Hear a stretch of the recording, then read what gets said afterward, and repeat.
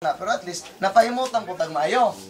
Niya ikatulo nga butang ko nung pasalamat na daan kay na may gingon sa Biblia nga on sa inyong pangandoy pangayuan ninyo pasalamat namong daan ug ihatag na sa Ginoo. So actually ang ikatulo is ang iyang anak po nursing po ni si Julie, kalimot mo ba nila kon? O katilin. Kaila pa nila sa una niya karon kay nagkatiguang naman ta kalimot na. So mo take kay pud siya sa board exam para sa nursing.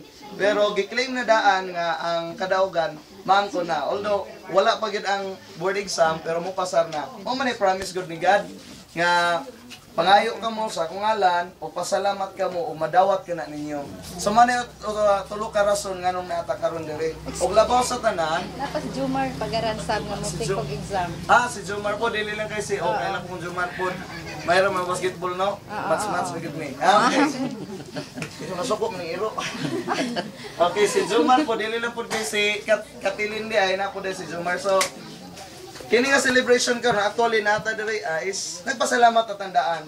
Nagpasalamat ta sa blessings nga na-receive na nato at the same time sa mga blessings nga ato pang dawaton. So one of that blessings is ang pagpasar sa duha ka nursing po Jumar. Okay, so daghan na kita ani di mahadlok og injection. Okay.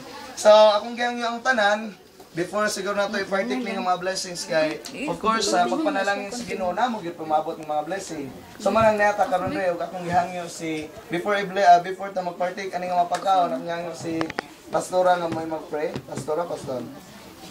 Si Pastor Dudong Daay. Amoy mag-pray sa mga pagkaon aron mapanalanginan pud ta og ang desire ni Timerlin nga kinsa nga makakaon ani i-secret na lang. Mautoy matuman gyud. On sa iyang desire sa iyang kinabuhi.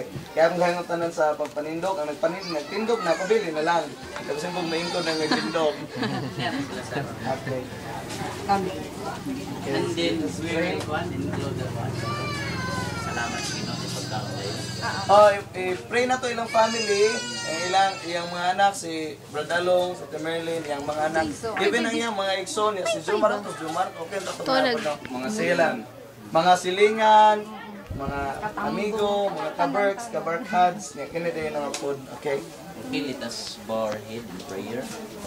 Langit nun o mahigugmaon ni Diyos, nagkapasalamat kami sa mga maing butang na ipaabot ka namo. Among giila nga ang hingpit o maayo nga butang nagikan kanimo kinigasa gikan sa kahitasan. Nining takna sa kaugtuhon karon nagapasalamat ang pamilya ni Brother Along uban sa iyang wife, mga anak tungod sa mga maayong butang ay magipabot ngadto kanila. Langit nga Dios among gituoan nga kining tanan mga bunga sa imong kaluoy ug panalangin ngadto kanila. Busa dili nila ihikaw ang pagpasalamat diha kanimo ngani di mailhan sa ilang mapasalamatong kasing-kasing niya nag-offer sila og mga pagkaon sa ilang mga kigalaan uban sa mga kauban sa church. O Dios,